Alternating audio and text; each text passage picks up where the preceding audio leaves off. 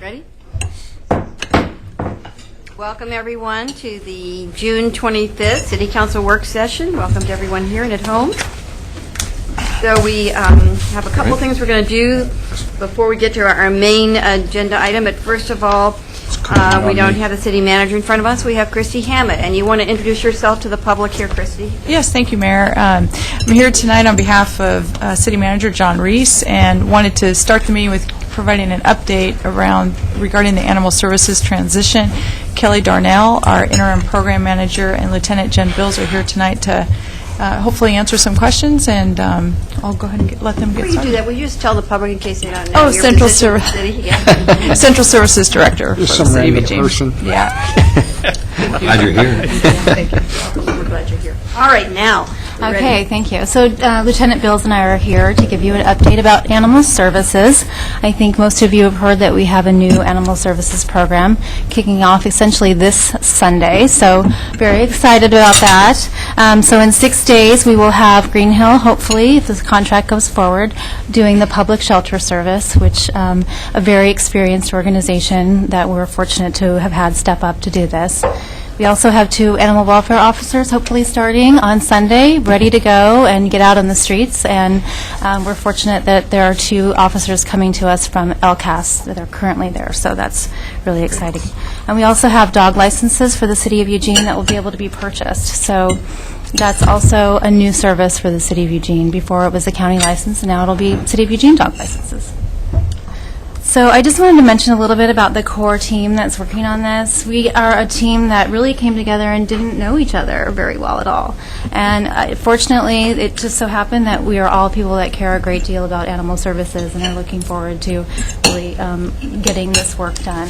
I think we're also really thankful to all of our colleagues in the City of Eugene who've just really helped us get this program up and running on a very, very, very short timeline. So, big thanks to everybody that's helped us. So as far as the shelter and adoption side of things, like I said, Green Hill Humane Society has stepped up and is going to hopefully be our vendor for the shelter. We have a couple more days of negotiations with them, but that contract is looking good to be signed, so we're excited about that. They are gearing up to take on this shelter, so they have just a few more days to go, and they will be taking on the shelter. And they are doing their oversight with the LCAS staff currently, so that they're doing that kind of shadowing to make sure that they are ready to go. I think I also want to mention that Green Hill isn't not familiar with LCAS. They've worked together for many, many years.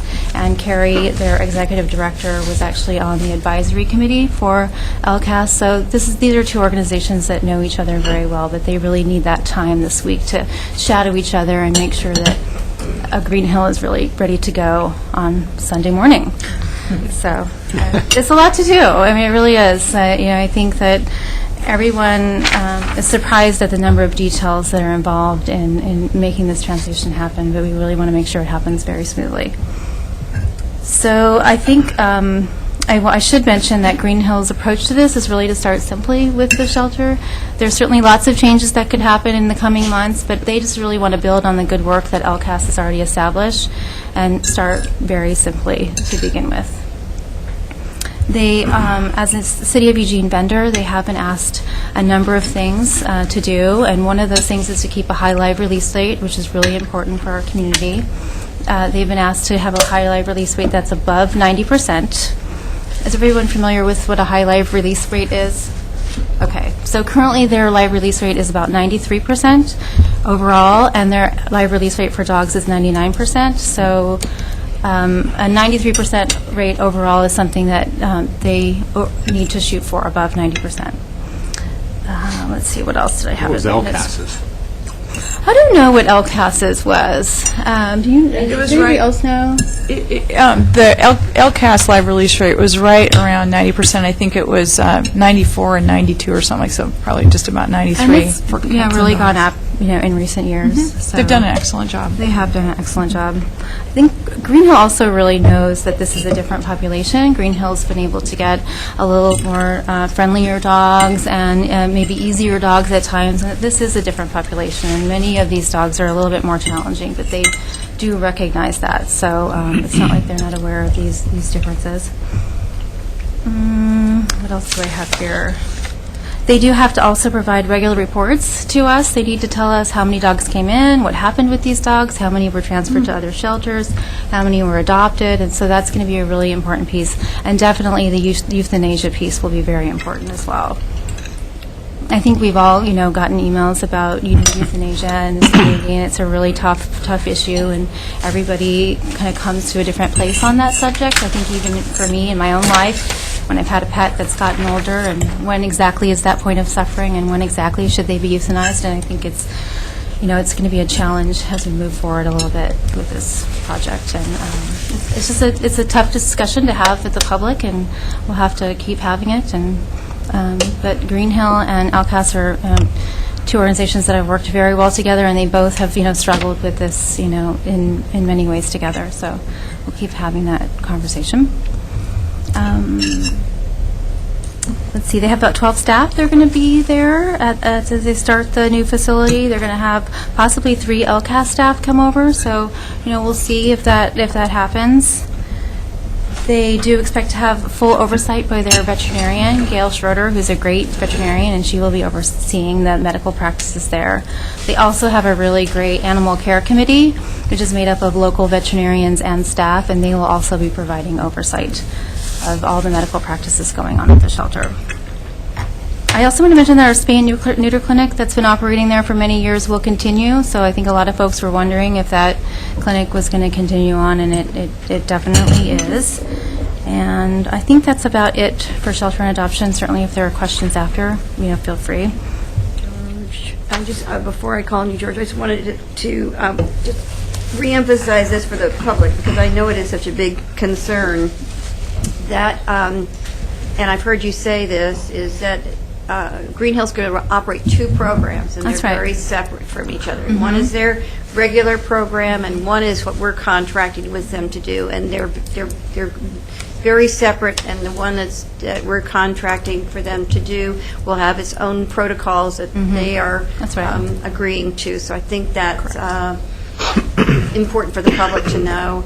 And I know you said this, but I'll say it again, that I've heard you say it, and I believe it's part of the protocols we're going to continue to have as a kill policy as we possibly can. So I think those are the things I hear that the public express a lot of concern about. So I just wanted to emphasize those 2 things. George. Okay, did I understand you that the 2 animal control officers are coming over front? They have been working for LCAS? Larry and Oh, Ted will be coming over from okay, very good. Alcas to So be that's- our animal service officers, yes. A real smooth transition. And then you said there were 3 LCAS staff maybe that would be coming on also. Is that counting the ACOs? or No, it's that's not. additional? There's a possibility of 3 other staff from Alcas coming over. Okay. And then, we have gotten quite a few emails about the oversight and the decision process on euthanasia. I hope that this is going to be a work in progress and that we get, and I don't care even if it's just a memo, but monthly reports on what progress we're making or what changes have been made, and, how are we going to decide who's going to be making that final decision on some of these animals that have to be put down? Do we have something in place on that already, or are we still trying to formulate that? Were you going to answer something? Oh, go ahead. You go first, and then I'll have a couple things. Well, what we've asked them to do is have a live release rate of over 90%, and they have to provide monthly reports to us that detail any animals that are euthanized and provide a description about why. And I think there's going to be an ongoing conversation around that. In the beginning, we're going to just start out and see how this goes, but this is a contract that's being managed by the City of Eugene, and this will be an ongoing discussion. I also want to point out that all of that information that they have to provide will be available online on our website, our Animal Services page, so the public can see it.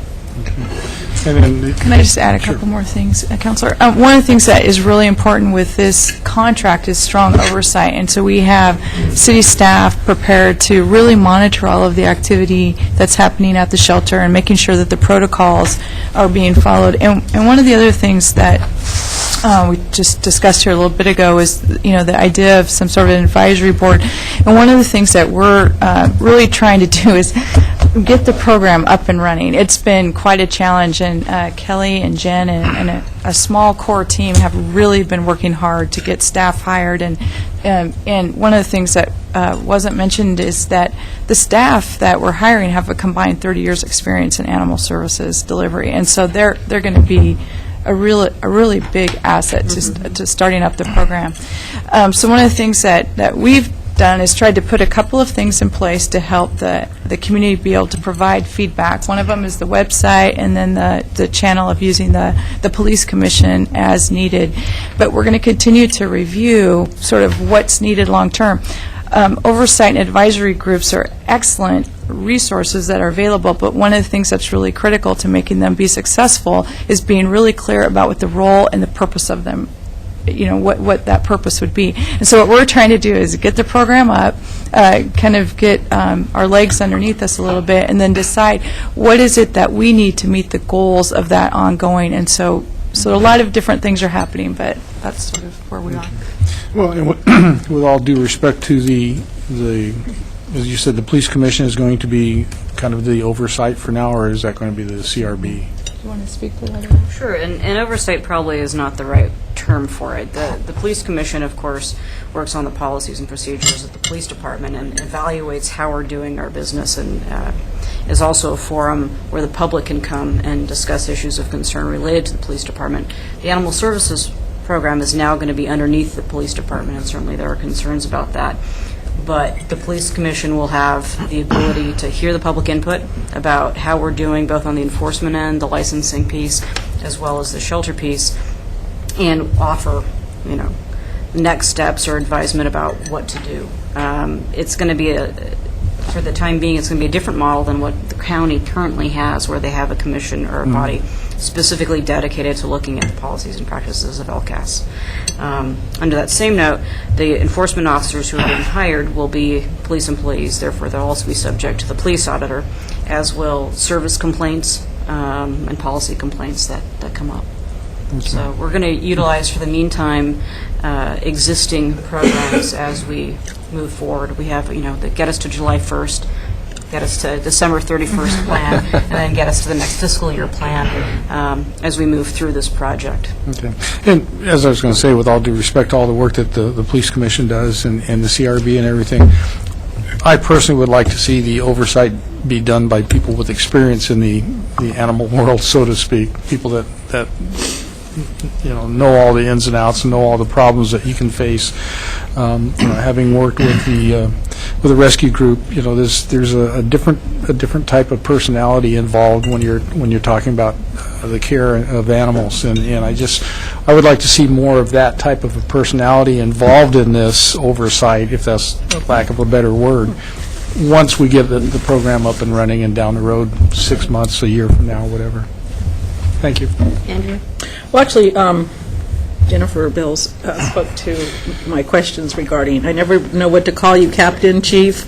Jen?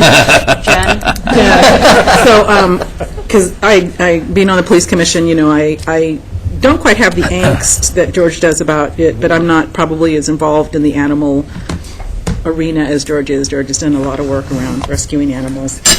But I do want to say that I think that it's good from now to start from here out, and I think it's a good use of resources that are already being spent. We're not creating a new wheel. And, maybe in the future when we're looking at police commission applicants, if this continues, this ends up being the best venue, to have that part of the background of the people that we appoint to the police commission, that they have that kind of an intuitive feel. And I think policy is policy, really. I don't think the police commission are police, but yet they're community members who are coming in looking at paper and saying, this works, this doesn't, or it's not within policy, or whatever. And so I don't really have that much concern. And good work. There was a lot of concern about this in the community. I heard it from people at the store to people here, coming at public testimony, some real angst about how we were moving in this direction. So it sounds like it's going to be a good program. And I think the best thing is that the animals are going to be taken care of. So that's all that really is. Well, and that is really our goal, is to make sure that the safety net that we have in place, continues. And there might be different people holding it up, but that safety net will still be there for the animals and their owners. Is there another question? Betty? Thank you. I think there's great concern about who's doing the supervising or the advisory function, and I really think there should be a citizens advisory committee composed of people who are familiar with animals and care about animal welfare, and that is not the function of the police commission. Who, you said there'll be regular reports to whom? To the city of Eugene from Green To who in Hill the as our city? contractor. To you or to? It'll be to the program manager. It's Kelly Green. And are you taking, what's going to be different? Why, I've never understood exactly why it's changing, especially if you're going to have the same location, the same people. What's different? Less pay or what? It's not necessarily less pay. I mean, the change came about because of budget reasons, and yet there still is a really great opportunity to create a very good new model, a slightly different model, but a new model that has the possibility of even being better. And as to the reports, those will be available online, so the public can look at them, and we'll put them up every month. They'll come to you? They'll come to me. I'm sure, Betty, if we would like to have them in our packets, that could be arranged Yes, as well. that would be happy easy to to do. do. Or send an email link. So is it still possible to get a citizens advisory committee, for which there is great demand? I don't think it's out of the realm of possibilities that we may end up there, but right now, the team is working very hard to get the program up and running, and what I would recommend is that we give ourselves just a little bit of time to get the program started and evaluate what the advisory group would be advising us on. It's the model's very similar to what we've been doing with LCAS, but it is different because we will each of the agencies that has been part of the City of Springfield, Lane County, and City of Eugene will each have independent contracts with the new service provider for shelter and adoption. And so the program will kind of be living in different areas where we contracted with LCAS for enforcement, licensing, and shelter adoption. It'll be a little bit split now because we'll be sheltering and adoption will be a contract, so we'll have contract oversight and contract management. And right now, I think the focus on the advisory support, the community advisory board, is really around the shelter and adoption piece. But there are very important pieces to be addressed in terms of licensing. Kelly has done some excellent work on that, and what we're really going to be trying to do is to really encourage growth in licensing, mostly because we want to return animals to their owner, and I think that Kelly refers to it as a phone call home for your animal by licensing them, and so there's some exciting things happening around that. So it's not that we're opposed or saying that it won't happen, it's just we're trying to make sure that we know what the advisory board would be doing. Am I out of time? Nope. Oh, I thought I heard you say something like that. I saw a lot of new threatening signs go up. Is that from the new group or from the old group? I haven't seen those signs. About first offense, $100, second offense, $100. I haven't seen those. We haven't changed any of our fines or fees yet. We may in the future, but at the moment, they remain the same as they have been. And will people still be driving those big trucks around looking for dogs off leash? Possibly, yes. I had a few more updates. Should I continue on? So I've got Pat. and I'm Kurt. still thinking. Okay. Well, I just bought a 3-year license. Will I need to get a new one from the city? No, you will not. Anyone who has a 3-year Not right license? now, no. In 3 years, though, call us. And we'll say Okay. Eugene on it, so. And how about, who's going to supervise the people in those trucks that go sit someplace for hours? I will, You will? So somebody can call you and tell you? yes. Okay, thank you. Want to give Betty your number? I can. Should, really. Program it into her phone. Thanks. Just one question that came up a little earlier today, and that's regarding the the facility. It was, I understand that the City of Eugene will be responsible for the maintenance and upkeep of the facility. The And you- bigger maintenance. Green Hill will do smaller things, change light bulbs, et cetera, but any big maintenance we will take care of. So that remains a city liability then, the facility itself. And there's a little bit of a gap in between the proposal that was made by Green Hill and the budget amount that's been. There was a little gap, yes. And that's going to be worked on between now and Sunday, and Yes. We should have a contract signed in a couple of days. Okay. That's looking very good. I think both parties have been very cooperative. Everybody seems confident that that's the case, so. We good. have very shared goals, so. It's only about a 30,000 gap. Thank you, Mayor. So is the Green Hill going to have a no-kill policy? I don't know if you would call it a no-kill policy. Certainly, if there's an animal that is suffering medically, they could be euthanized.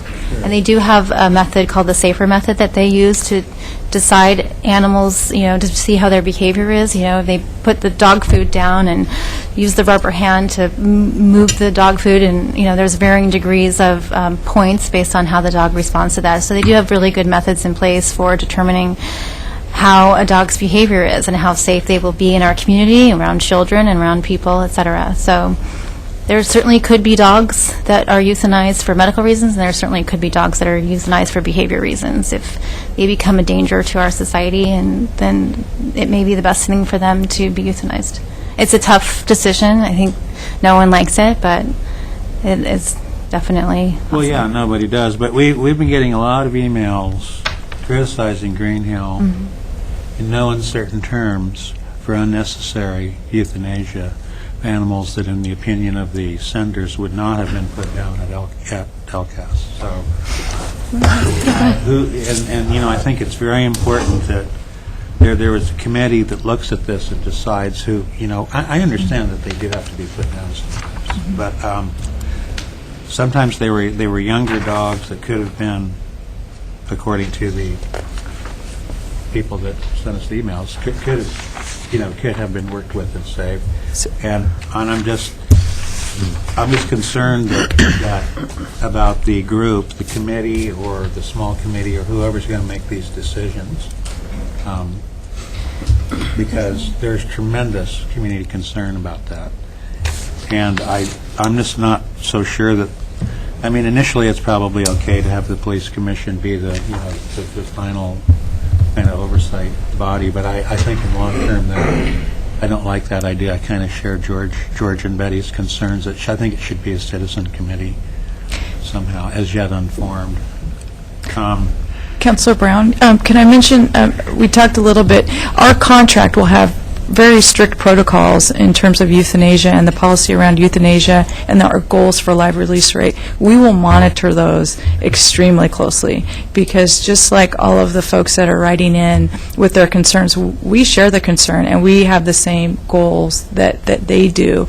And one of the confusions, I think, sometimes is that LCAS is not a no-kill shelter, and so they use the same strategy, if you will, to try to save as many animals as absolutely possible. And so Green Hill will have its own, they'll still be Green Hill, and then they'll run the public shelter, but the public shelter will be required to follow our protocols at the City of Eugene per our contract, and we will monitor that very closely.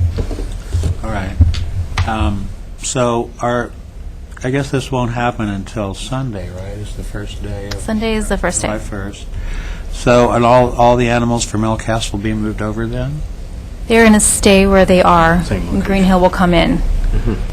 I see. Yeah. And Green Hill hopefully will they'll take just over and run see new both. faces, and that will be the only thing they really notice. Okay.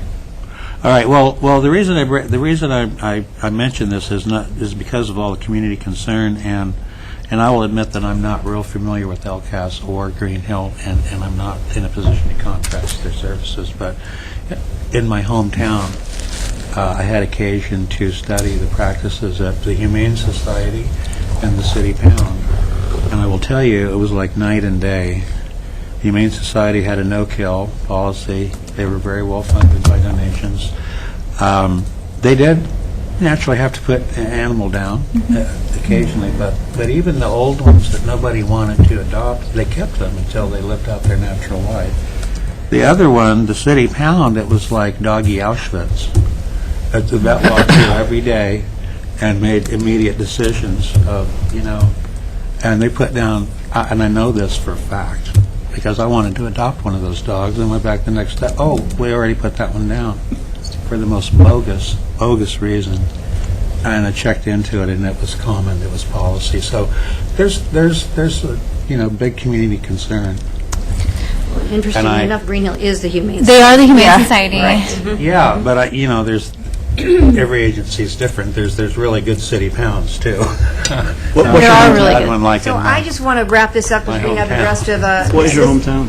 Wichita. This is not a work session, although it kind of is sort of a semi-work session, but I do think what it shows to you is the high level of interest, and how the council will want you to come back after you have a chance to hit the ground a little bit and give them a chance to really ask more questions. I think it's important for people, again, to know that we will not be telling Green Hill how to go about doing their own service business, which would be separate location and separately done from our service, which we will contract and tell them what our expectations are for that service. So people have to kind of separate that in their minds. And the only other piece I wanted to add, because I think you will find this interesting and like it, is because we have the capacity, the dispatch capacity that we have as a city, one of the things they're going to be working on is really returning dogs to their owners before they ever get to the pound, so to speak. So that has a real potential, not only for getting dogs home sooner and safer, but it also has the potential of saving everybody a lot of money.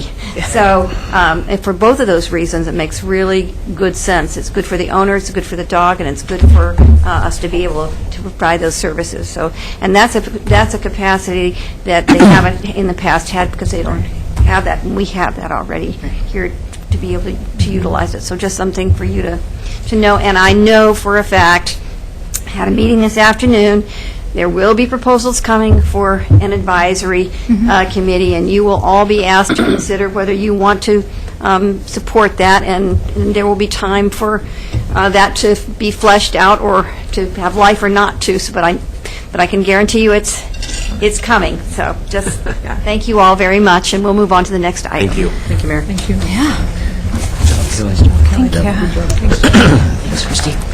So we're going to have, before we go to the executive session, Councilor Brown is going to put a motion on the table. I move that the city council and mayor forego the 2.9% cost of living adjustment for FY13 that otherwise would be due under the Eugene Charter. Second. Moved and seconded. George. Yeah, I'd just like to say that last week when the city manager sent out the email about this, I immediately requested that this motion be worded. Everybody knows that we're in pretty tough financial times, and I think that we need to show some leadership on this, and I think this is one way that we can do that by turning down the 2.9 COLA. So I'm glad that they got the wording for the motion that I requested last week. I appreciate that, and I just want to, for the sake of the audience, to tell you that I never saw faster responses from council on email than that, when almost everybody chimed in within the hour and said, okay, so, just so you know. All ready to vote? All those in favor? 8 in favor, none in opposition, it passes. Thank you all very much. All right. Now we're going to do the executive, we're going to move out of regular session, move into executive session. Eugene City Council will now meet in executive session to review and evaluate the performance of an employee. The executive session is held pursuant to ORS 1926602I. Representative news media and designated staff shall be allowed to attend the executive session. All other members of the audience are asked to leave the room. It's you, buddy. Representatives of the news media are specifically directed not to report on any of the deliberations during the executive session, except to state the general subject of the session as previously announced. No decision may be made in executive session, and at the end of the executive session, we'll return open session, welcome the audience back into the room. Ready to go?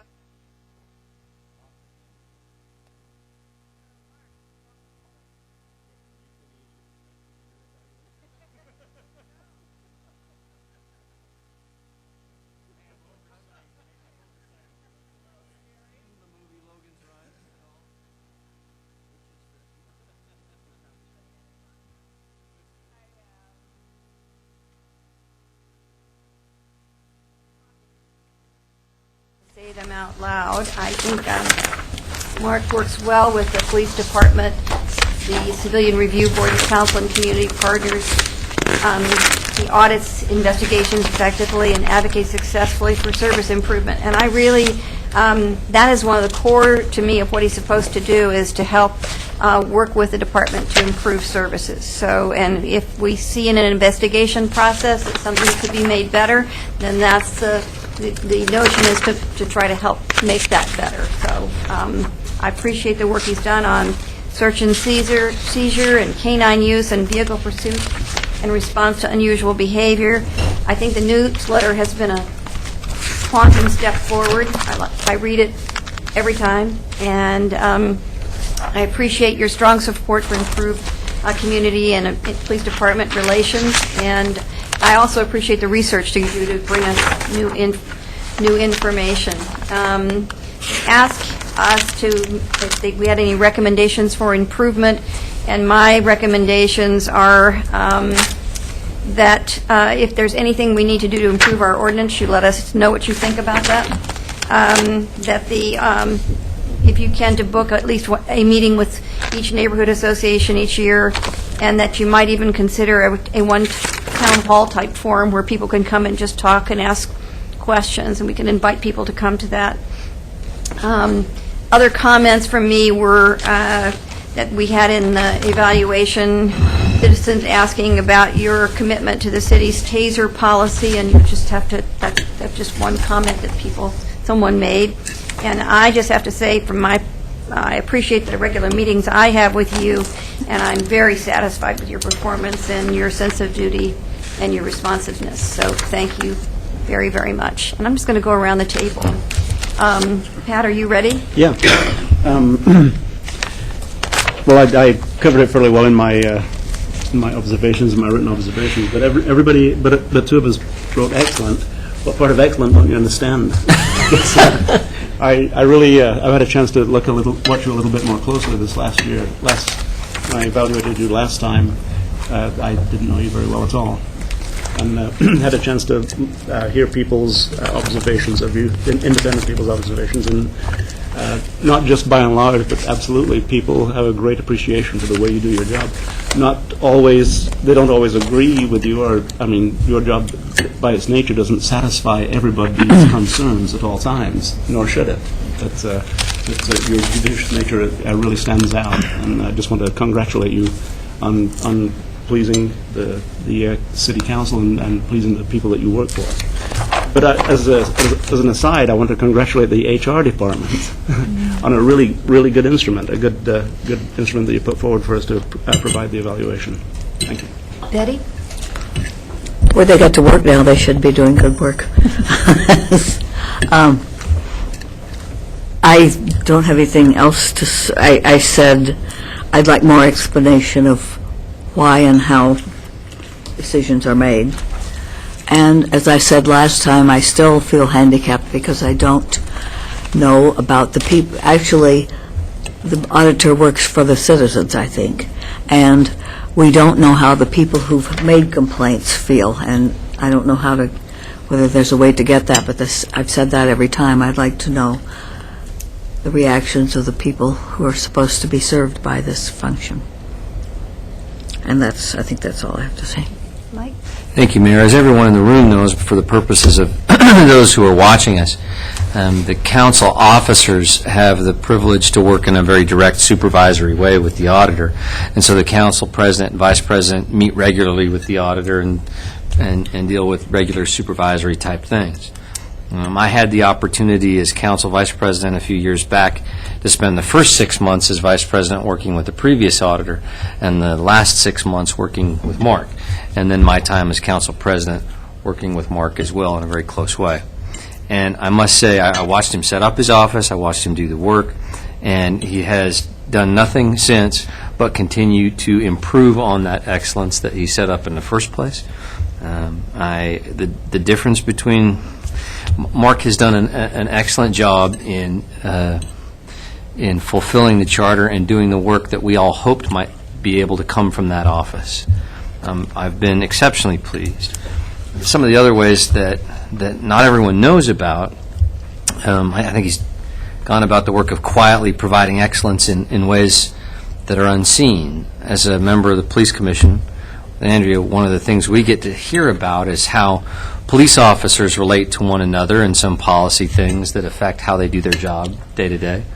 And I know that Mark's experience as really a national caliber, an international caliber consultant, he brings to the table a capacity to help the police officers not only relate to the public better, but relate to each other better and how they do their job, and helps to create greater excellence in our police department as well with his both policy and regular work experience suggestions. And I'm very appreciative that you're here and that you're doing the work. You're doing a great job, Mark. George. Well, I'm just going to throw in, read the last part of what I wrote in the comments on mine, is having Mark as our police auditor has given the city a fair, impartial, unbiased, and trusted program in dealing with issues, concerns, and complaints raised about our police department and its officers, policies, procedures, and image, which is appreciated and respected by the community in general. And I think, to me, that sums it up. I don't think there needs to be anything else said. I'm glad Mark's here. He's, from day one, he's done an exceptional job, and there's just no way that I could see to rate him anything other than excellent. And I do appreciate all the work that you're doing. Working, for example, with the University of Oregon and trying to help them move along with their police department. The auditors' reports are great pieces of information. Not only what's happening in our community, but all the other things that you put in there, the issues from across the country. And it's particularly the way that you have fiscally run your office. With the economic times being the way they are, I think you've done an outstanding job, and I'm just pleased as can be to have you on board. And thank you for your work. Thank you. Chris. Thank you. Echoing a lot of what's said, for me, I think what is most impressive about where we are now with the audit function is how we, I think, have found a good balance. It's the theme that's always important in a lot of areas, but for this one is in particular, I think that the balance you've struck between doing the job of trying to monitor the performance of the police department and trying to work with the police department is always a very delicate one. You don't want to look like you're just being adversarial for the sake of being adversarial, but you also don't want to look like you're rubber stamping and just being a good old boy. And people are looking at that very closely for where that balance works. And so you try to figure what is success under that kind of circumstance. And my comment, I think, was that it's really not measured in the number of fights that you have. I mean, there's some folks who believe that you can only measure success by the number of times you win a fight. And I don't think fighting is the point of what we're here to do. I think really in the long term what we're trying to do is improve the performance and culture of the department. I think that is also what you are very focused on, and that doesn't necessarily mean we have to fight to get there, but it means we never stop working to try to make the department as good as it can be. And as someone else pointed there, that's not just about catching the bad guys. If there are bad guys, we want to be able to identify them, to be able to correct that behavior, but it's larger than that, it's bigger than that. And I think one of the things that you have kept at the forefront of your perspective is, I'm not just here to catch an individual bad guy or to have a fight over this particular issue. If I need to, I need to, but I'm really here for the larger need to try to make a department with integrity, with confidence, where the people feel good about working there and where the community feels good about working with them. And I think that's something you really believe in your heart, and I can tell that. And so I think that is why you're working really hard to find that good balance. And so that's a long way around of saying I think you are the right person for the right job right now with what we need. And I appreciate the level of stability that you've brought to the job. Andrea? Thank you, Mayor.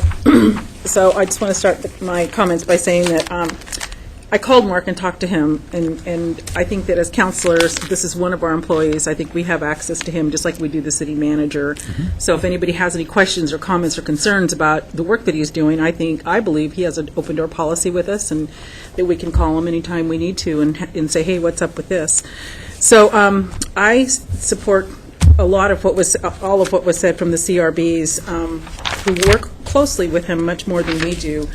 And being back on the police commission, I can see the nexus that's really necessary for this for the CRB to be successful and to have Mark there, I think it really is just a compliment in the way we've structured all this.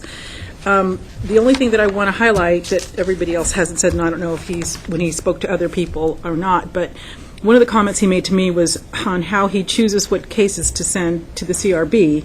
And those are ones that he has an issue, that he can't quite make a fair decision or can't really quite get there on his own. And he wants more of the community input to see which direction, whether it would be adjudicated or not. And I think that that's really wise, because I think that he's identifying the community values that our community has versus what he might believe is the right or wrong thing. And I think, when he needs support in getting that answer, I think it's really good that he uses that kind of litmus test to send it to the CRB for them to work on. I think that's really wise, because I think the thing about the CRB is that when we worked on this and, going to all the NACO conferences that I went to in the past, each community decides how their Civilian Review Board looks. And I think that, Eugene has a really unique character, and I saw that somebody said quit focusing on that, but I think that's just the opposite. I think we should focus on it more. And I think that when I think about policing and how there's a standard of policing and yet there's community values, policing police to the highest level of safety, which I get. But then there's something about community values, and I think that there needs to be something kind of in between, and I think that kind of Mark kind of helps identify that. So I'm just really excited he's here. I have concerns that maybe he'll get offers from another part of the community, and well, I'm just saying it like it is, and so, but I'm happy he's here. I think that he's done a very good job. Thank you, Mark. Thank you. Alan? Mark, I think you've done an excellent job this year as well. I had the privilege of seeing you when you first started and getting your office going and getting it up and running and taking over for the former auditor. And I think you've done a really amazing job. I think you've stabilized the organization, kept it out of the limelight, but focused on working on your excellence of the office. And I think that's been a hallmark of the last year in particular. I think the weekly newsletter that is available to anyone and everyone who wants it is a great step forward. I think you have both respect and rapport from EPD, but at the same time, you can maintain your independence from them. And I think your knowledge level is very impressive. I think the way that you work with EPD, especially on focusing on training and issues that they need to deal with, especially around search and seizure, is a great example. And there's several others, use of canines and vehicle pursuits, or a couple others that this year you've worked on. That makes EPD better, I think. And I think the office does that. And I think the folks that on the CRB, from reading what they said and talking to a couple of them, they appreciate the work that you do, and they think you're doing an excellent job. I appreciate that you integrated the new folks into the organization, because we had pretty big turnover. That was no small task either. Having also said that, I think there are a couple of things I'd like to see happen over the next year. I think I'd like to see you engage with the community more, whether that's meeting with neighborhood organizations or other kinds of forums like the town hall that the mayor said. I think that's not a bad idea. Probably don't go to shopping markets and do a one-on-one with the police auditors. That's already done. So, but somebody mentioned creating a marketing strategy for the office of the police auditor. I think that's actually a good idea, not in the sense of a Madison Avenue kind of marketing strategy, but how are you going to outreach to the community more in that kind of sense, and what you do and how you do it. One of the things that came out of the survey was that 3 out of 9 citizen evaluators described your community and citizen relationship dimension as unsuccessful. And so I don't agree with that, but I think that you should take note of that, and I think that's about getting out into the community more and dealing with folks. I think it would help to deal with the community's perception of the level of lack of independence that you have, which I don't share. And I think it might be a good idea to go meet with the people that have that opinion and meet with them directly. Have a face-to-face meeting and talk about those issues and see if you can't mitigate their concerns. I I also think one of the big issues that the police department and you and being involved in that has for the near term is this gap between the community and the EPD, and I think that's one of the most significant issues that the city faces, and I would like to see you help address that problem. That's not your problem directly, but I think that you can provide some assistance and help the city get there. Two things that I didn't put in my thing that I'd like to see also do is I think you've done a great job working with the U of O and helping them get their new police department up. I'd like to see the U of O have a police auditor kind of function, and so I know you're kind of working with them, but I encourage you to keep doing that. And then finally, when you're not in that supervisory role, you don't really get that kind of connection that you have with either the president of the council or the vice president meet with you on a regular basis. I think at least once a year you should have a one-on-one with each of the other counselors that you're not supervising with, and schedule that for an hour or something. Go out to lunch or have a meeting, something like that. So I think that would be a good way to connect back to the other counselors that aren't supervising you directly through that relationship that we established. George? Thanks. Yeah, Alan, I think that's a good idea. I really enjoy my meetings with Mark. They're really informative, and the weekly newsletter is great. It's really useful. I really like the links to other publications that kind of, they open up another window on outside of our little pond here, so that we can see what the problems and trends are in other police departments, and actually are all around the world. It's kind of a wide net that you cast there with those links, and I, for one, really appreciate that, because, you know, if something's going on somewhere else, it's usually going on here, too, in one degree or another, and I really appreciate the wide knowledge that you have of best practices and problems in departments, and like the way your conversations with EPD about improving practices. People have mentioned them, and I just like to throw in some of the other ones are probable cause and securing crime scenes. There's always room for improvement. Nudging along the department along takes us a little farther down the road of community policing. And I think it's the model that we're all kind of striving for, and it's not going to happen overnight. It'll be gradual, but I like the way that you do that. And also, I mean, it reduces the city's exposure to risk claims. As far, you know, we keep improving policies and procedures and performance, and the city's going to be less at risk. And I like the way that you continue to educate yourself and your staff and provide information for the CRV. I like the cases that you select for the CRV, the important, high profile. Well, I suppose you could say every case is important, but some are a little more high profile than others, and I think it's good to have those looked at publicly by the CRV. Overall, I think your performance is very good.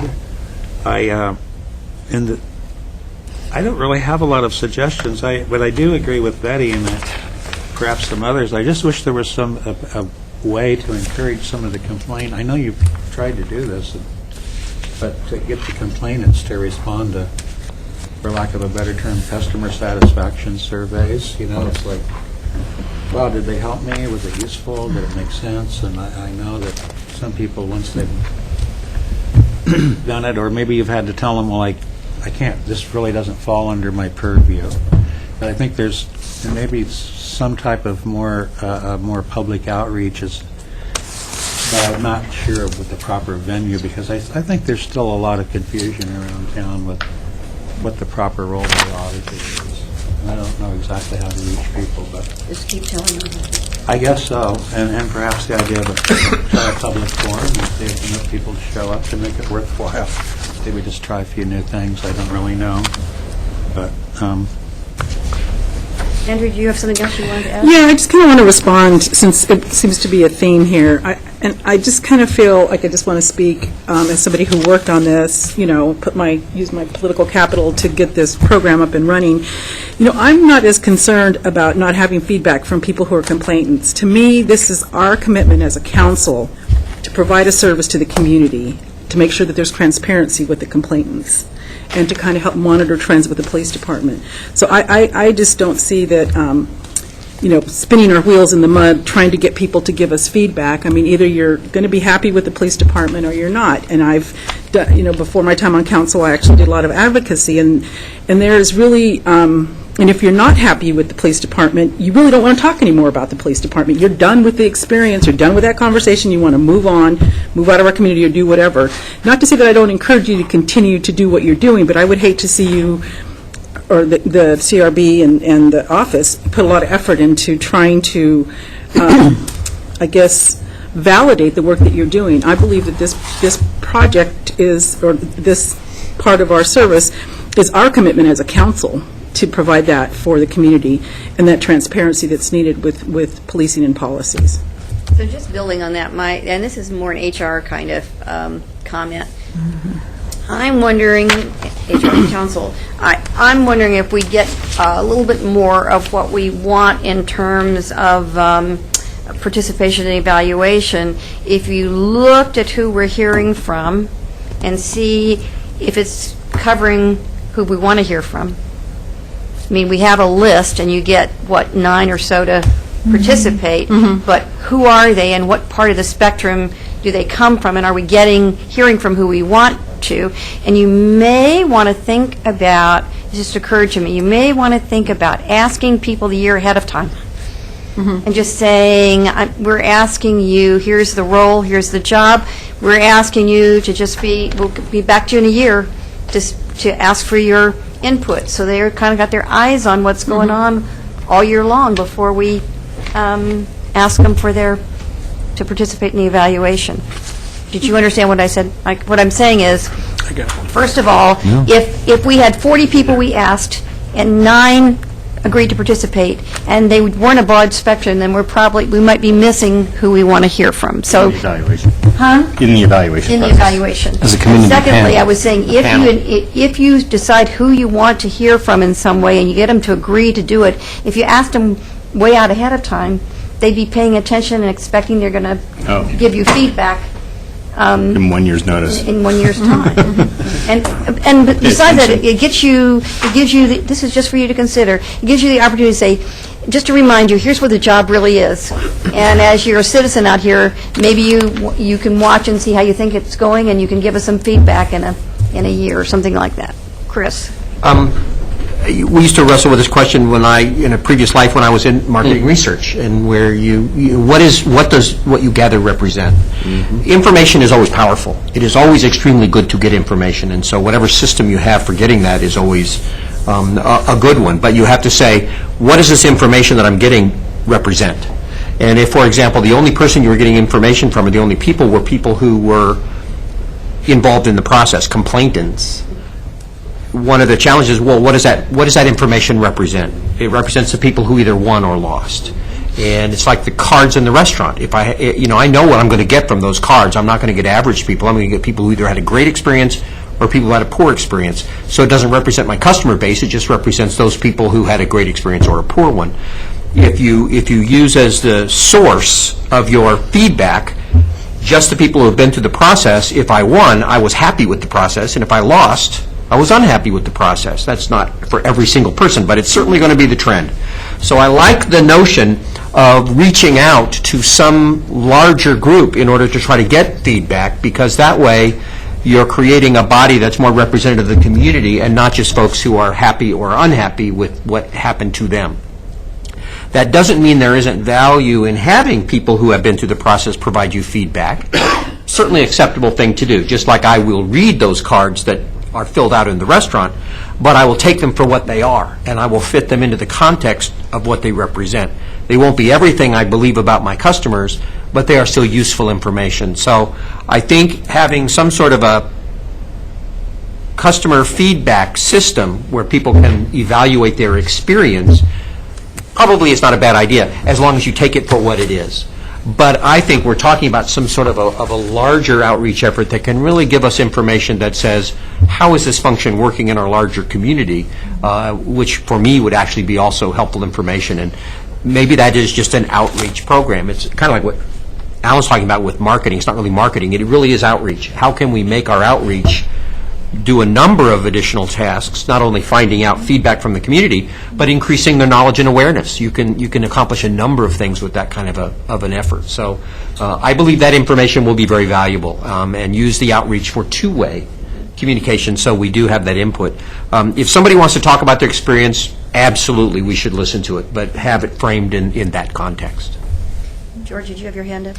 Well, I did, but I think Chris answered the question that I had. I just He does that. concerned when you first started talking about identifying people that we want to get the feedback from. That could be skewed, but I think the way that Chris explained it, and, maybe this could be part of the community survey that we do on a regular basis kind of what I also. meant. Yeah. And some of that would have come out. Unfortunately, for the first 3 months of the year, Leah was unavailable. So normally we would have our annual report for you by now, because she does all the fancy graphs and charts and things. I'm not that skilled. Not unfortunately, she was having a baby, so. A far more important role, bringing her son into the world, and fine little boy. And so typically, so she's only had, basically, this is her January through March to work on the annual report for us, and so it's in draft, but we still want to make it as perfect as we can, and there is some information on feedback from folks in that, so that'll be part of that, and we can have that discussion certainly. But it's not where I want it to be. But again, as you said with the newsletter, that was certainly one of our primary tools for our marketing strategy.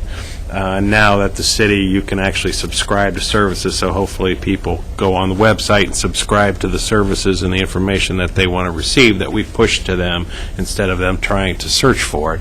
I think that'll be helpful. We have worked really hard to try to squeeze our way onto community council agendas, and we haven't been very successful, so we'll just start showing up. But I know we did at Harlow, and everybody had questions about their car break-ins and their burglaries for the police captain, and so those issues are important to those folks. But I'm really, I really think that we've done as much as we can in terms of doing everything but naming names in the newsletter about some of the issues that we're facing. I know we had talked about this a couple weeks ago, if I may, when you talked about changes in the ordinance and things like that. I know that from an operational standpoint, the police chief probably gets more unsolicited advice from the auditor's office than from any other source. It's not a public fight, but he gets an awful lot of unsolicited advice. So we're working on those things. I think right now the most powerful tool I have is steering these investigations by the way I classify them. If I make an allegation of misconduct, which I have the unilateral power, if you will, to do that kind of thing, that steers it in a manner that's very stressful, clearly, for police officers. We're also trying to work on to me, the service complaints are policy complaints or alternative dispute resolution types of solutions. Not all supervisors have good bedside manner, if you will, and so that's something that we're working on. Some of the issues, again, that we talk about in terms of legitimacy of law enforcement activities, how it really fits in with the community, which might not necessarily be within the role of the auditor's office, but it's very important. And when you see, and on the chart I have that I bring about the decisions, so there are a lot of decision-making points. I think, as I pointed out, some of the angst that I have probably involves state laws more than anything else. The public records law, the the lack of restriction on presence arrests. In other words, the powers that police officers have to make arrests even on driving things when they're not present to see it. And we've seen a couple examples that I've brought forward. Some 18, 19-year-old kid received a traffic ticket 6 days after an event because somebody had called the police officer and complained about the way the kid was driving. And in Oregon, law enforcement officers are allowed to do that. And so if we're going to allow them to do that, or if they're allowed to do that, the state allows them to do that, we have to come up at least with a consistent mechanism. You just can't call an officer on the telephone, on his cell phone, and say, hey, this kid drove this way 6 days ago, go arrest him or give him a ticket.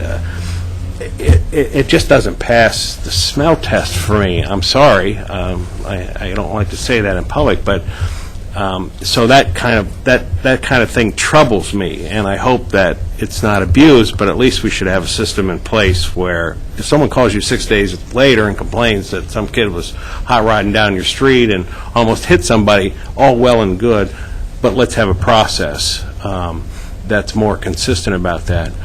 The other thing that still creates an issue for me is on the critical incidents in which these cases are turned over to the OSP for investigation. If a Eugene police officer shoots someone, state law has created these regional organizations to do the investigations, and that takes all my experience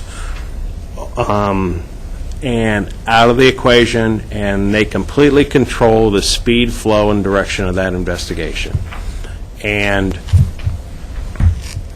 that makes me uncomfortable because they don't really have a lot of experience in that area. And so as I see that, and the most recent one as well, as I see the way that goes, it creates anxiety for me. And as we know, it's those most critical events that get communities active, if you will, and we experienced that so much in Cincinnati. The officer-involved shootings, typically involving African-American males, and at least we were able to do the investigations and we were able to show people what we did, but here we don't really have much control over those things, and it still causes me, like I said, a lot of anxiety that it goes that way. We're also blessed with the fact that they don't have a lot of experience doing it, which means they're happening very rarely. So that's the blessing for us.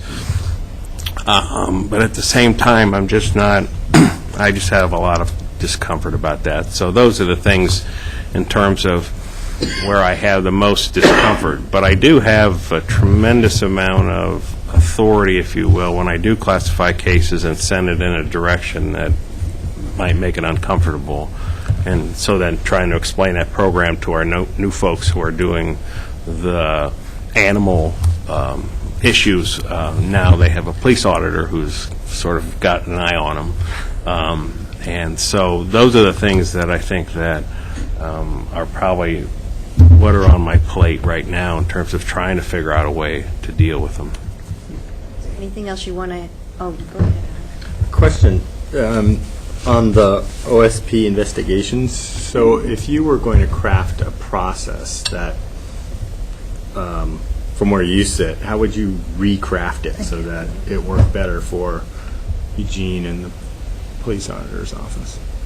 For me personally, and I'm sure the chief disagrees with it, I'm sure if I was a police manager, I would love the current process. But I think that a city that has a very experienced violent crimes team, has its own forensic unit, has laboratory access, with an oversight function like the auditor's office, perhaps ought to be given the option of having control of their own investigation. I suppose the state law was crafted after some bad things happened, and investigations were done that people didn't feel were unbiased. Integrity questions. Right. And so I'm certain there's a reason for it. I see a great value for something like this in a place like Douglas County or Ontario, Oregon. But in a city with all of the assets in-house that we have, to not have the option of using those assets and relying on another agency, I think is more problematic than the perception of unbiasedness when you have a unit like our auditor's office. So that's probably where I would craft it in terms of at least having some options. But again, I can't imagine any police chief in the state that would want any other model than the one that exists currently. Or, for that matter, any bargaining unit representing police officers would want anything other than what currently exists. Right, so if a city or a county had a police auditor's office, that creates a different ability to do things and doesn't have the same kind of potential bias in a system where there isn't a police auditor's office. It could, depending on skill set. That's the other issue is... And they perhaps could get an option to do it internally. Right. I would modestly agree that I have a certain skill set that probably doesn't exist anywhere else in the state of Oregon, so that sort of also makes it a little bit, just because of all the things that happened in Cincinnati, it was a skill set developed by default, not necessarily of brains or intellect. So, and so you just learn a lot of things through those types of processes. Even just to have a part-time medical examiner, to me, in a county this size just seems to be, is confusing to me compared to coming from Ohio. So it would be a difficult hurdle. Mike, did I see your hand up? No, ma'am. Oh, anybody else? No, have I'm done, anything? Mayor. Thank you. Do you have anything else you would like to hear from tell us? Just want to thank council for all their engagement and time and all the hard work that you do. I want to thank the CRB, Civilian Review Board, 3 lawyers on there. I'm not a lawyer. And but every month they really test us. And I think they expect a high-quality product. And I wanted to correct something with Andrea, is I do make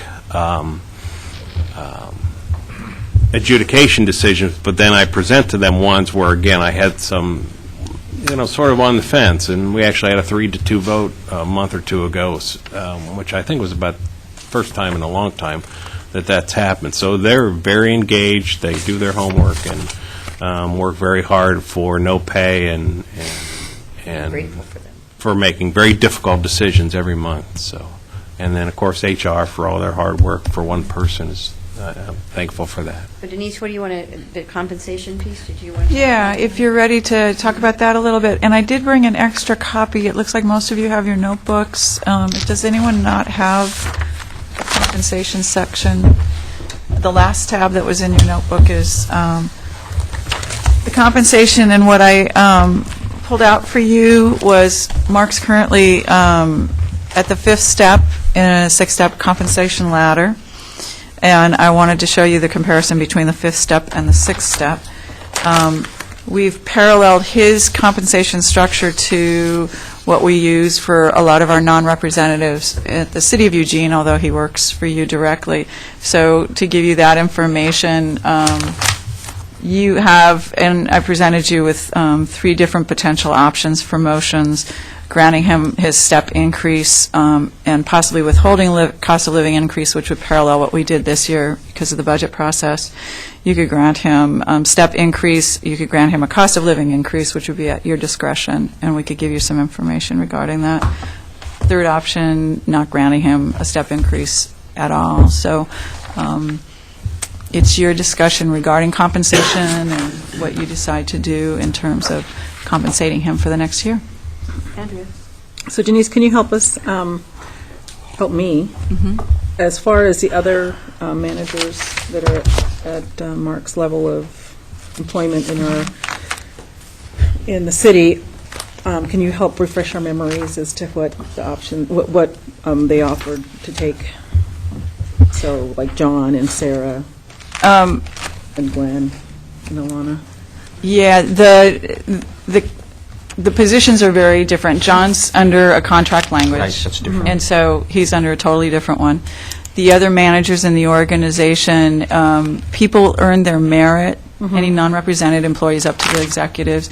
People, unless you know something different around the executives, but I think they stayed consistent with everyone else this year.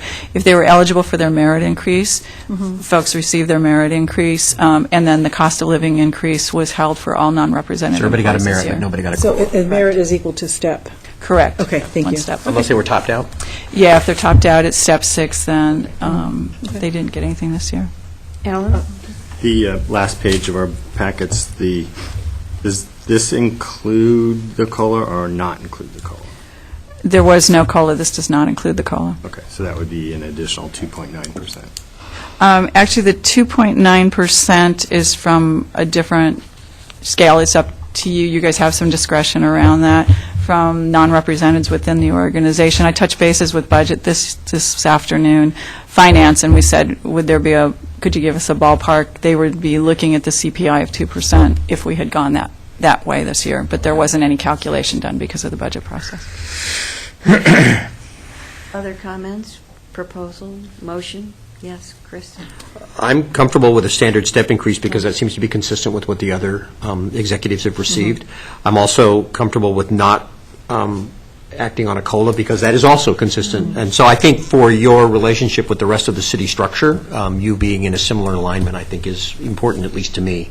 So I would be willing to support a step increase and no COLA, similar to what has happened with the other execs. Is that a motion? I would make that as a motion. I'll second. Moved and seconded. Further discussion? Anybody? Ready? Any comments from Mark? Yeah, that's fine. That's fair. Okay, you ready to vote on that? All those in favor? 8 in favor, none in opposition, it passes. Thank you. Very good. You know what's going to happen with a group of people who just forewent their own COLA here in a couple of minutes? Well, our previous conversation was on euthanasia, so you did really well. By comparison, that's a step up.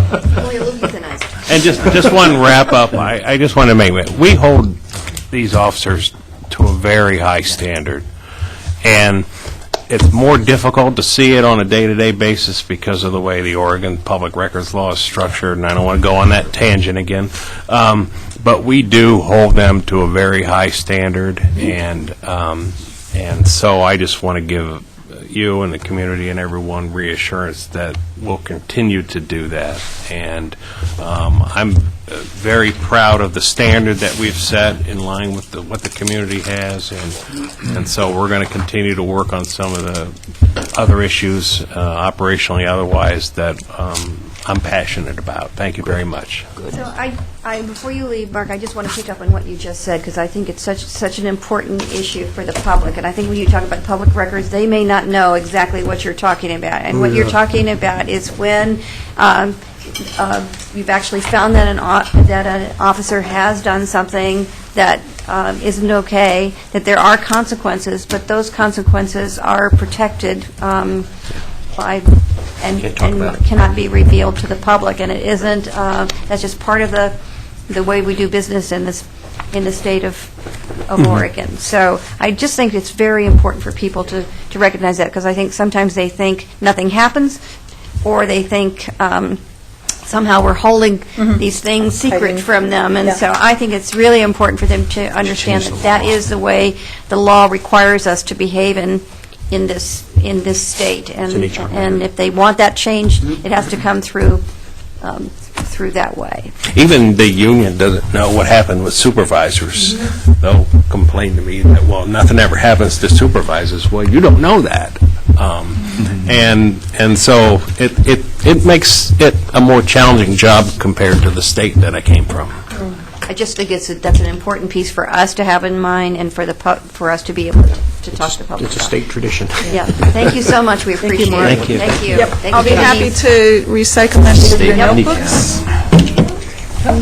We do have one more item, everybody, and that is committee reports and items of interest. So we have a little more time. And you. Meeting's still going. Oh, sorry. Sorry, Mayor. Oh, are we still going? We are. We have committee reports and items of interest. Oh, thank you. So, I will start out by just mentioning a few things. Counselor Clark and I, Mike and I think it was said in the paper, Piercy and Clark. I thought Okay. it was Lewis and Clark. Is that like a vaudeville team, or what will we be doing exactly? Anyway, we're going to be at, tomorrow at 5. Ways with that.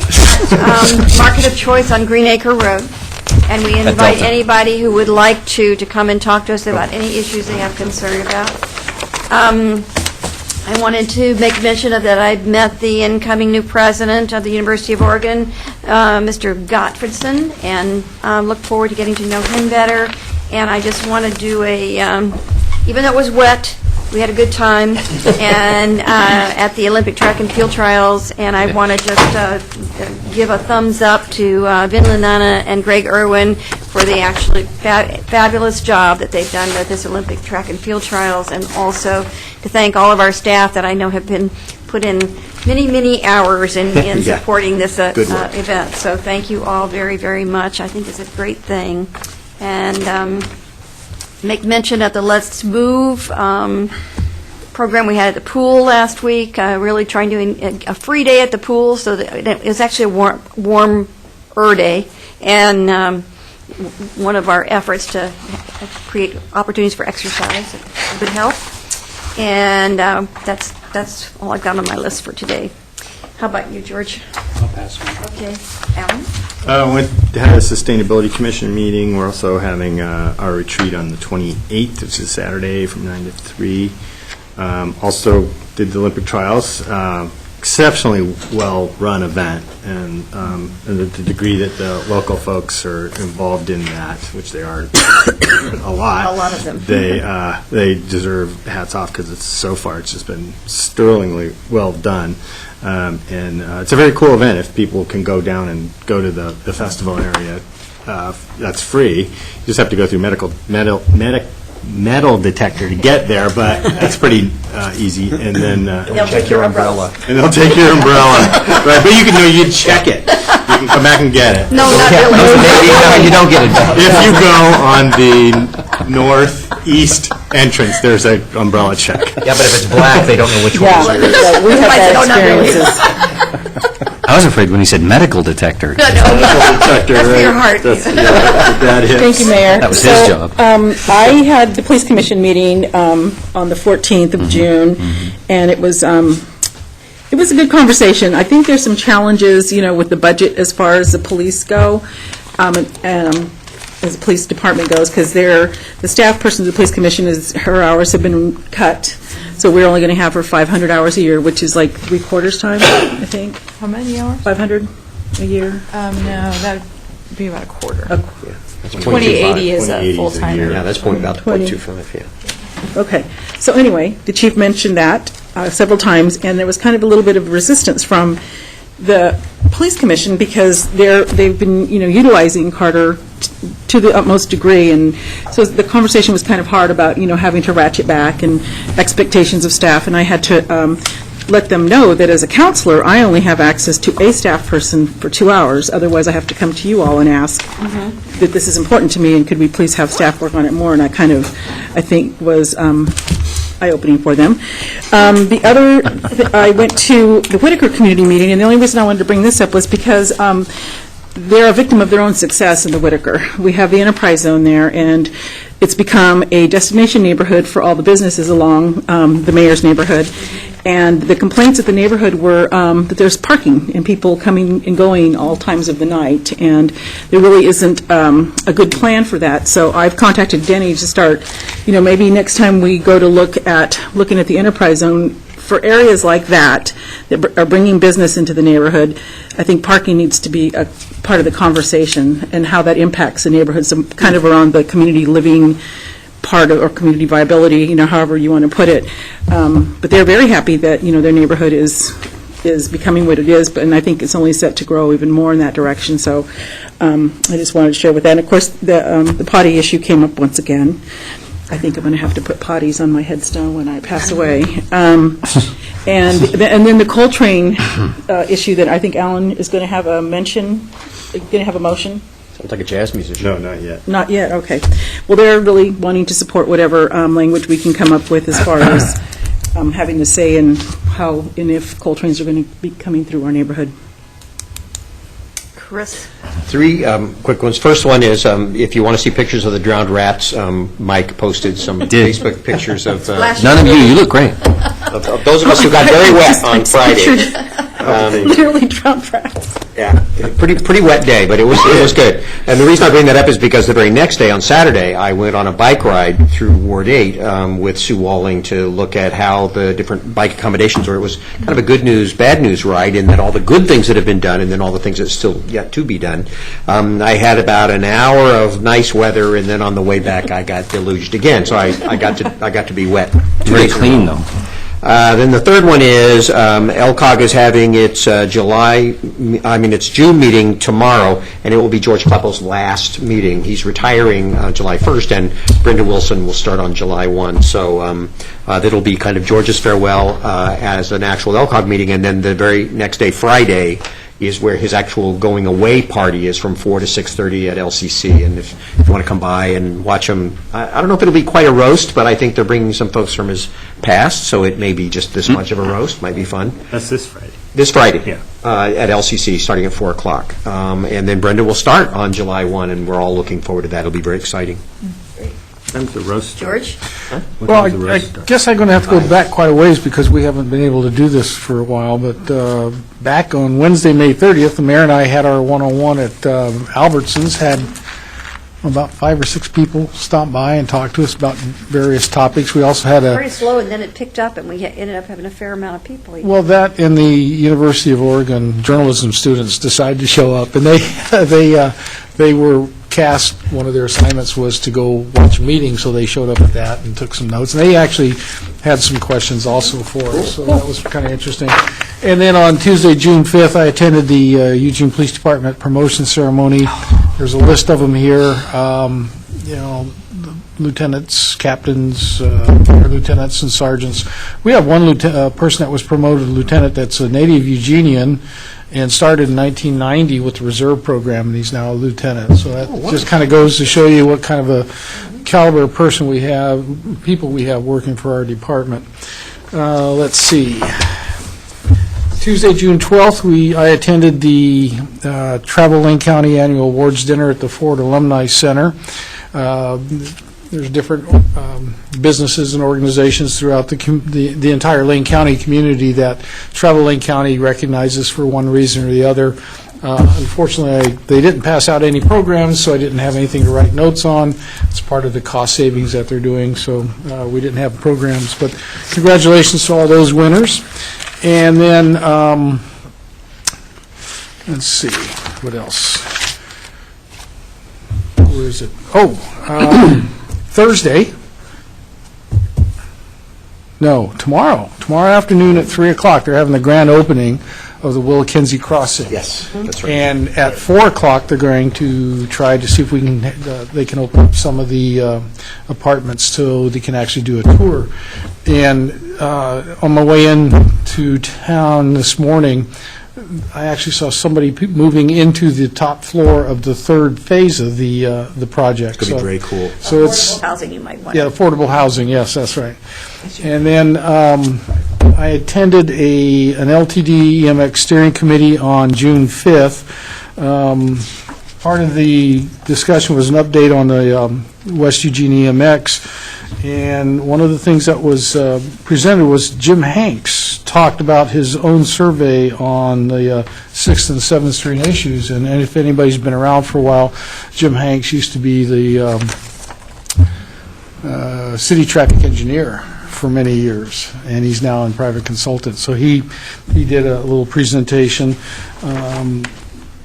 EMX, or LTD's currently working with the city of Springfield right now. They're looking at the next phase, which is the Main Street McVeigh Extension. They have had 2 meetings with the Springfield Council. They're to go over the alternative analysis June 25th. The second one is to listen to the Springfield Council on July 9th for best outcomes. And once proposed alternative is identified, they'll continue on the process toward final goal and building a new route that direction. Back to the West Eugene EMX.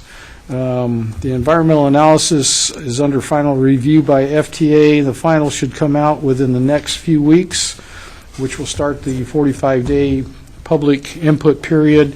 LTD plans on holding a number of forums for the public to meet with staff to discuss those. So that's about all I have.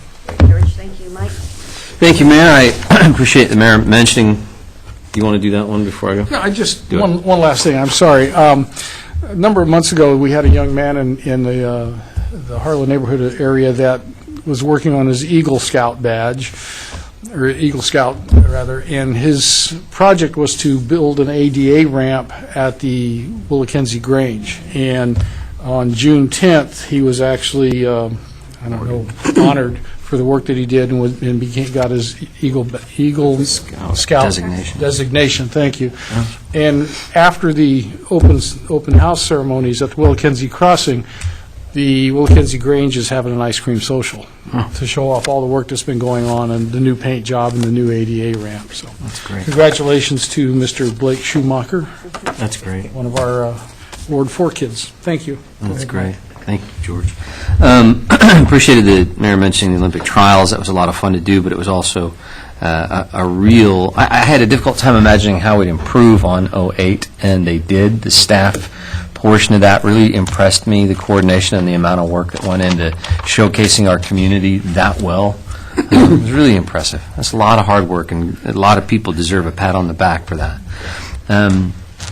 Also appreciate Mayor mentioning our one-on-one meeting tomorrow evening, Tuesday the 26th at 5 p.m. at the inside the Market of Choice over there at the Delta Shopping Center. If you have some time and live in Ward 5 and you want to come by and give us an opinion about something, please do. I had the opportunity last week to attend the Northeast Neighbor Association meeting, one of our new, recently split up from Cal Young associations. It's pretty much everybody that lives north of the Beltline, more or less, in the city of Eugene, on the east side of the river. Excuse me. And one of the issues that we're dealing with in that part of the city is that we have a couple of undeveloped parks that are, parkland that's been purchased, but we don't necessarily have identified funds for a number of years in the CIP to develop them. And even then, as everybody knows, our funding for ongoing park maintenance is an issue that we still have yet to identify a solution to. A number of the neighbors have requests about how that land might be utilized in the interim time between now and its development. Neil Bjorklund was kind enough to be there at that meeting and be very responsive to the neighbors and talk about what was possible. We went through a few options, but I'm hopeful that at some point we're going to be able to have a conversation at this table, maybe as a part of the maintenance and ongoing funding and development schedule discussion about how we might allow Parks Department to utilize some of those lands in the interim before they're fully developed. Thank you. Betty? Thank you. That reminds me of something I've suggested before, that we use temporarily unused land for community gardens. I would agree. And there are lots of people, I understand, who can't get space in community gardens. Mm-hmm. It's a good temporary use, which happens in a lot of countries, started in Germany, and as far as I know. I wanted to compliment the parking people, whoever did this, the poetry in the Overpark. Has anyone else been to the Overpark lately? Yeah. The doors say, "Step into poetry." Yeah. And then on each floor, there's a poem by someone, and it's very nice. It's really a great improvement of that place. Culture's on the rise. I haven't been to the top floor yet. I should walk on up and look what's up there, but Culture's on the rise. Yeah, it's only on the upside of the stairwell.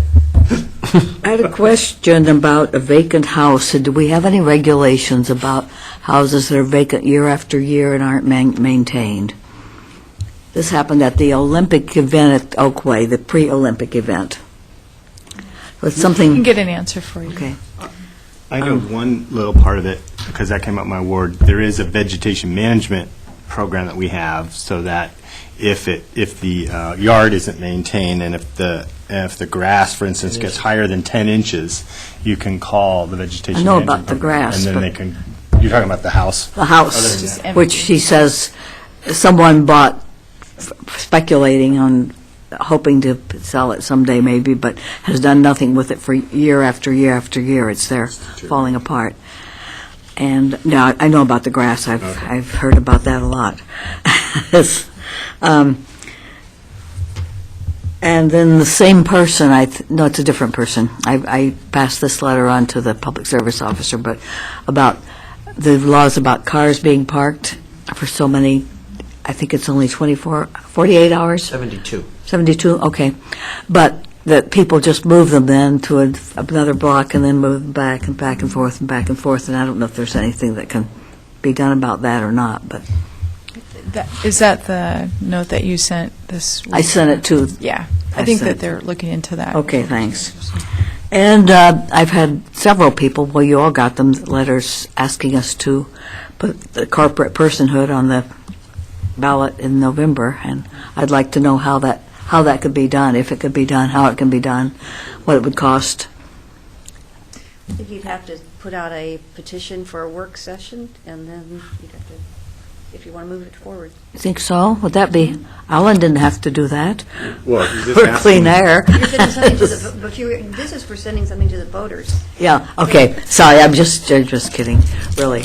But I also had lots of emails asking us to pass the clean air resolution and the, what was the other one? Oh, the coal train, yes, of great interest in that, and resolutions against the coal train. Amazon Headwaters land is in danger again of development proposal. There is a hearing Wednesday night, I think, at council chambers, right? 5 o'clock? For anyone who's interested, and lots of people are. Plastic bags, hearing about the advantages and disadvantages. And that brings up, I think it's always good to let the public tell us what's wrong with something. A lot of people want to ban on plastic bags, but then there are people telling us the bad aspects of that, like no bag to pick up the dog waste or wrap the garbage and things of that sort. And it's good to consider all those things. Add to that, Betty, that Yeah. there is the city does have a survey out right now. I know. That's partly why it's getting people's interest. And some people say they don't know how to fill it out, and there's no place. Oh, one person said there's no place to put what she thinks is the right thing to do, which is to have the grocery stores have biodegradable plastic bags. After I told her that's what I buy for use, and she said, well, why don't the grocery stores have those and maybe charge you a little bit for them? And I wonder if that's possible. That's all. Thank you. Thank you. I'm glad Councilor Taylor talked about gardening again, and About what? gardening Oh, thanks. again. And I recall that during the last meeting, Alan, you mentioned that Susie just recently received her Master Gardener's certificate. I think the more we talk about using vacant land for gardening in the city, the more it's likely to happen. You know, Mike Clark uses every square inch of his soil. You're all invited to come see the Actually, have backyard. a work session or something if you really want My to. backyard. Well, okay, we can do it in the garden. Bethel School District is going a long way to converting a lot of the vacant land that they have out there into gardens. Anything that we can do, the closer we bring food to home, and the more people like Susie Smith and other people that are master gardeners, those guys are just willing to teach. They want to do it. They want to talk about how to garden. I love it. I did have one thing. Today I appointed a Sustainability Commission member, and I passed the message around to everyone. I appointed Claire Surratt, who has recently terminated out on the Budget Committee, so she will be joining the Sustainability Commission, and she called me from Ronald Reagan Airport and said thank you, and she's very happy to join the Sustainability Commission. And it's a shame that we lost her from the Budget Committee, but by golly, she's not going away. Good job. Well, just a couple of things I wanted to add is, because I think you'd be interested in that, tomorrow at 10 o'clock at Willamette High School, they're going to be dedicating the Memorial Garden for Officer Kilcullen. So that will be, I know, a special event. And then I wanted you to know, because I didn't hear anybody mention it, there's a fire and EMS graduation ceremony at 1:30 on Friday. And then, just to add to your amusement, I am appearing at the walk celebration. What? That's the backyard gardener. That walk would be the, I have to pick the most beautiful chicken, just so you. Really? What's your criteria? I have no idea. I think I have a form to fill out, but anyway, I thought. Walk festival? Yeah. The walk celebration. And I did, Lord help us all. after we went through the deluge on Friday, I did go back on to the Olympic track and field trials on Saturday and get to watch Ashton Eaton win At the world. the world record, and then I got to give all three of them their medals. So that was Really? yeah, Wow. Pretty it nice. was very cool. Pretty nice. Very Best cool. athlete in the world ever. Yes, Is the that was title of- pretty splendid. So I have a very nice picture, and that was fun. So Mayor, so could it be said that you're not only the mayor for all Eugene, but for all animals? Yeah, the box. Yeah, right. It's true. There's no. Chris, do you have anything you want to add to that? No, I think it's all been covered. I do, I agree with all of the comments that were made around the Olympic trials. There's been a tremendous amount of staff work on that event, and it's just absolutely wonderful. I was able to spend a couple days there, too, so I will pass that along to staff. In fact, I got a call today from the Guardian from London for an interview on the Olympic track and field trials. So, That's excellent. so, yes, It's- it's good in every way. It's also been on NBC, I think, and they really showcased Eugene really well, and Hayward Field just looked beautiful on It TV. did, yeah, it does. Yeah. Yeah. Hopefully Not the too bad when you're Guardian there will be either. on Page 3. Well, I don't get up, I don't get up in the stands. I don't Page know. 3 stadium. Yes, but we Well, definitely. that's a Daily Mirror. Never mind. Yeah. Is that who's doing what with whom or something? I don't know. Page 3 mayor. All right, anything? Okay, stop. We're done right now. Stop that right now. We're done. Stop.